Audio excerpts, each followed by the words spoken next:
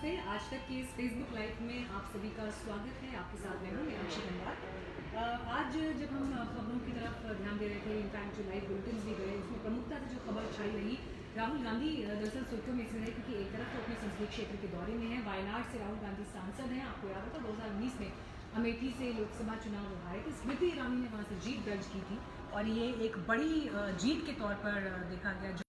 जैसे नाम उस समय स्मृति ईरानी की इस विक्ट्री के बाद, जीत के बाद दिए गए। लेकिन राहुल गांधी जब अपने संसदीय क्षेत्र के दौरे में उन्होंने एक ऐसी बात कह दी जो सियासत के केंद्र में आ गई। दरअसल राहुल गांधी ने ये बताया कि कैसे वो उत्तर भारत से 15 साल सांसद रहे और अब जब वो दक्षिण से सांसद हैं तो हालांकि धन्यवाद कर रहे थे लोगों का, और उसी भाव में वो आगे कहते चले गए कि उन्होंने ये महसूस किया है कि उत्तर में पॉलिटिक्स अलग तरह से चलती है, वहाँ की राजनीति अलग तरह से चलती है, और यहाँ दक्षिण में राजनीति का अलग अंदाज है।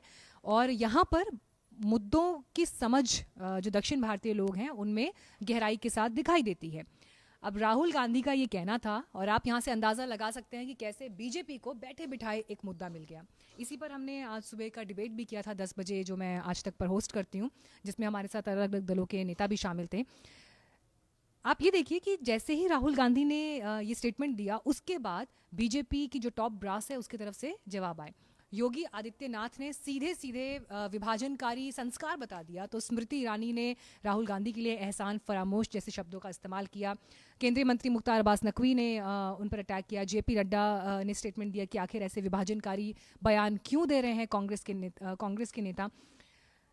बड़ा सवाल यहाँ से लेकिन ये उठता है कि राहुल गांधी ने जो एक स्टेटमेंट दिया, ये गैर ज़रूरी स्टेटमेंट था जो उन्होंने मंच से दिया, और जिस तरह से तुलना होने लगी कि 15 साल आप उत्तर भारत से सांसद भी रहे और उसके बाद जब आपने दक्षिण का रुख किया तो आपने ये बयान किस सोच के आधार पर दिया।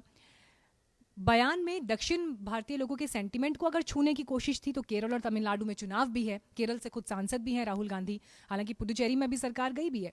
तो ये तमाम ऐसे मुद्दे थे जिस पर सियासत के अलग अलग लिंक जुड़ते हुए दिखाई दिए। हालांकि कांग्रेस के प्रवक्ता से जब हमने इस पर सवाल पूछा तो आलोक शर्मा जी हमारे साथ चर्चा में थे, तो उनका ये कहना था कि राहुल गांधी के बयान को पहली बात तो बीजेपी के नेता तोड़ मरोड़ कर देख रहे हैं। ये एक नपातुला अंदाज रहता है, अक्सर प्रवक्ता इस अंदाज में जवाब भी देते हैं, लेकिन उन्होंने इससे आगे ये बात की, देश में इस वक्त जो मुद्दे अहम हैं जिन पर बात होनी चाहिए, चाहे वो पेट्रोल का मुद्दा है, महंगाई का मुद्दा है, किसानों का आंदोलन चल रहा है, उससे अलग चीन को लेकर, चीन के साथ एलएसी पर जो स्थिति बनी हुई है, कई ऐसे मुद्दे जिन पर बीजेपी की सरकार फंस सकती है, उस पर आप जवाब देने से बचते हैं, और इसीलिए आप राहुल गांधी के बयान को तूल दे रहे हैं। तो इस बात को लेकर उन्होंने नाराज़गी जाहिर की। उन्होंने भी अपनी तरफ से जो है बीजेपी के नेताओं पर तरह तरह के आक्षेप लगाए। समाजवादी पार्टी के प्रवक्ता हमारे साथ मौजूद थे, उन्होंने भी लगभग इसी अंदाज में बात की कि आखिर जो मुख्य मुद्दे होने चाहिए उन पर चर्चा से क्यों बीजेपी के नेता भाग रहे हैं, और क्या सिर्फ राहुल गांधी के एक बयान मात्र से उत्तर भारत और दक्षिण भारत में क्या इस तरह का विभाजन की संज्ञा जो इस वक्त कांग्रेस पार्टी जो बीजेपी दे रही है, क्या ऐसा मुमकिन है।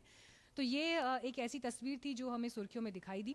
लेकिन उससे आगे अगर आपको बताएं मामला, आज के अखबारों में दिशा रवि का मामला प्रमुखता से छाया रहा, क्योंकि दिशा रवि को जमानत मिल गई। लेकिन इस जमानत से आगे का सवाल जो उठता है वो है जज की टिप्पणी। एडिशनल सेशन जज धर्मेंद्र राणा ने बेल के दौरान जो टिप्पणियां की, वो मैं कुछ आपके सामने कोट भी करना चाहूँगी, क्योंकि एक तो आज तमाम अखबारों में और तमाम न्यूज़ पोर्टल्स पर ये टिप्पणियां प्रमुखता से छाई हुई हैं। दूसरा, पुलिस के लिए जो इन्वेस्टिगेशन अब टूल किट केस में रहने वाला है, ये वो मुश्किल हो जाएगा, क्योंकि कोर्ट ने सीधे सीधे ये कहा कि रिकॉर्ड में ऐसा कुछ नहीं है जिससे लगे कि दिशा रवि अलगाववादी विचार रख रही थी।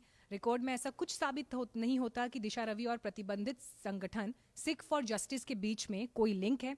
कोई व्हाट्सएप ग्रुप बनाना या नुकसान न पहुंचाने वाली टूल किट का एडिटर होना अपराध नहीं है। अब इसके आगे सुनिए, ये बहुत अहम है, क्योंकि ये आगे सरकार को एक तरह से इन टिप्पणियों ने आईना भी दिखाया, और देशद्रोह की धाराएं जब किसी के ऊपर लगाई जाती हैं तो उसे लेकर कितना गंभीर होने की ज़रूरत है और कितने गंभीरता से पूरे देश में इसके लिए एक डिस्कोर्स होना ज़रूरी है। अदालत की बात इस पर एक नया रास्ता ज़रूर खोलती है। जज कहते हैं कोट अनकोट, मेरे गहरे विचार में किसी लोकतांत्रिक देश में नागरिक सरकार को राह दिखाने वाले होते हैं। वो सिर्फ इसलिए जेल में नहीं भेजे जा सकते क्योंकि वो सरकार की नीतियों से असहमत हैं। देशद्रोह का मामला सिर्फ सरकार के टूटे गरूर पर मलहम लगाने के लिए नहीं थोपा जा सकता है। विचारों में मतभेद, सहमति, यहाँ तक कि नापसंद करना भी सरकार की नीतियों में निष्पक्षता लाने के लिए मान्य तरीके हैं। जागरूक और अपने विचारों को लेकर सजग नागरिक हों तो ये उदास और हाँ में हाँ मिलाने वाले नागरिकों के मुकाबले स्वस्थ और समृद्ध लोकतंत्र की पहचान है। कोर्ट ने कहा कि 5000 साल से भी ज्यादा समय से हमारी सभ्यता अलग अलग विचारों का हमेशा सम्मान करती रही है। और देखिए, बड़ा दिलचस्प ये भी रहा कि ऋग्वेद का एक श्लोक जो है उसका उदाहरण भी जज धर्मेंद्र राणा ने सामने रखा। इस श्लोक का अर्थ है, हमारे पास चारों ओर से कल्याणकारी विचार आते रहें, उन्हें कहीं से बाधित न किया जा सके और अज्ञात विषयों को प्रकट करने वाले हों। तो लोकतंत्र में एक आदर्श स्थिति क्या होती है, जज धर्मेंद्र राणा की जो विचार थे उन्होंने इस पर एक नई चर्चा छेड़ी है। क्योंकि अब उनके जो कोट देखिए मैंने आपके सामने भी पढ़े, इसे सोशल मीडिया पे कई लोग शेयर कर रहे हैं। आज के अखबारों की कटिंग्स कई लोगों ने शेयर की और उसमें बॉलीवुड भी पीछे नहीं रहा। तापसी पन्नू ने भी ऐसी एक अखबार की कटिंग शेयर करते हुए लिखा कि उम्मीद अभी जिंदा है, उम्मीद अभी बाकी है। और ऐसे ही कई और लोगों ने इसका स्वागत किया। लेकिन अब सवाल ये है कि दिल्ली पुलिस जिसने देशद्रोह की धाराओं के तहत दिशा रवि से की रिमांड भी ली, अब वो आगे कैसे सबूत पेश करेंगे? क्योंकि अभी तक के सबूतों को अदालत ने नाकाफी माना और बेल पर रिलीज कर दिया। ऐसा नहीं है कि दिशा रवि इकलौती कोई ऐसी युवा स्टूडेंट हैं जिनके ऊपर ये धाराएं लगी हैं। इससे पहले भी कई और नाम थे जिनके ऊपर देशद्रोह की धाराएं आई। तो यहाँ पर डिस्कोर्स ये सेट होता है कि देशद्रोह जैसा गंभीर मामला अगर किसी के ऊपर लगाया जाता है तो उसको सपोर्ट करने वाले कितने गहरे सबूत, मजबूत सबूत आपके पास होने चाहिए। और क्या सिर्फ सरकार से असहमति रखना या विरोधी विचार होने को क्या देशद्रोही मान लिया जाएगा? तो ये तमाम ऐसे मुद्दे हैं जिस पर देश में गंभीर चर्चा की ज़रूरत है। हालांकि इसके बावजूद अगर कोई भी देश विरोधी कार्य होता है या कोई उसमें लिप्त पाया जाता है तो सिर्फ इस आधार पर कि सरकार से असहमति होने की वजह से इनको निशाने पर लिया जा रहा है, ये दलील भी ठीक नहीं है। तो ये जांच का विषय है, इसलिए अब आगे इन्वेस्टिगेशन जैसे बढ़ता है उसके आधार पर तस्वीर इस पर और साफ हो पाएगी। इसके अलावा आज की एक और बड़ी खबर गुजरात में अहमदाबाद से है, जहां पर मोटेरा स्टेडियम में आज भारत और इंग्लैंड के बीच तीसरा मैच हो रहा है, टेस्ट मैच। लेकिन उससे पहले मोटेरा स्टेडियम का उद्घाटन और उसके लिए एक ज़बरदस्त कार्यक्रम इस वक्त वहां हो रहा है। आप लाइव तस्वीरें भी वहां से देख रहे होंगे। राष्ट्रपति रामनाथ कोविंद, गृहमंत्री अमित शाह वहां पर उद्घाटन करेंगे मोटेरा स्टेडियम का। इससे पहले मेलबर्न क्रिकेट स्टेडियम जो है वो दुनिया का सबसे बड़ा स्टेडियम था। 90,000 की कैपेसिटी थी, वहां पर इतने दर्शक एक साथ बैठकर मैच देख सकते थे। लेकिन मोटेरा स्टेडियम ने वो रिकॉर्ड तोड़ दिया है। मोटेरा में 1,10,000 लोग एक साथ बैठकर मैच देख सकते हैं। इसके अलावा कई आधुनिक सुविधाओं से ये स्टेडियम लैस है। और जिस समय प्रधानमंत्री गुजरात क्रिकेट संघ से जुड़े हुए थे उस समय उन्होंने ये विजन रखा था कि एक बड़ा स्टेडियम या दुनिया का सबसे बड़ा स्टेडियम गुजरात की धरती पर हो।